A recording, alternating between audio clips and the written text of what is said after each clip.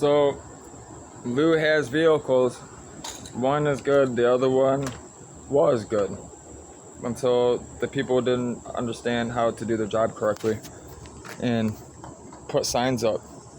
So this vehicle, the cradle's bent to the point it's not safe to even bend back. Or a waste of time. So we're just gonna get rid of it. Have someone come pick it up. It has a catalytic converter on it, so he's hoping for $400 or $500.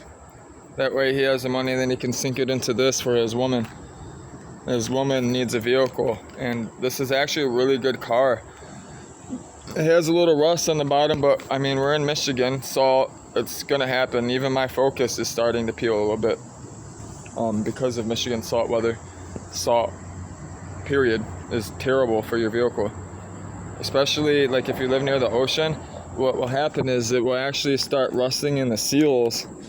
And in the snow belt, you'll know if a car is in the snow belt of the United States because it always rusts in the bottom right there. But if you're down south or like California, Florida, those type of places, or like on an island around the world, you'll always see the rubber, the salt for some reason. The rubber like sucks in the salt, and then it'll pit. It's crazy too. What like I've seen like the paint will be there. The paint will be fine. That's the only thing holding the car together. The rust will be there'll be no metal behind the paint. It'll be totally gone. The only thing holding up is the shell of the paint. It's crazy. That's why most people go to the desert for cars. But Lou, he's blessed me. Not only did he feed me, he's given me gas money. He smoked me out. He's giving me something to do for the day. I'm not sitting in the fucking car with my thumb up my ass. I mean, I would have found something to do, but... So this car needs a rear subframe. The subframe is totally... It's not completely rotted.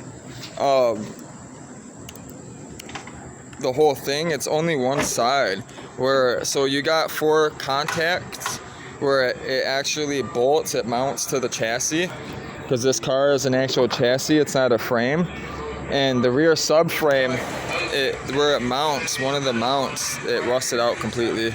So there's no structural support at all.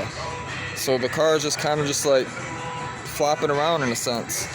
The front's tight, everything's tight, so you know, he's not concerned about anything other than getting the car, the subframe running, you know, get the subframe, get everything replaced. I told him we're going to go to the salvage yard.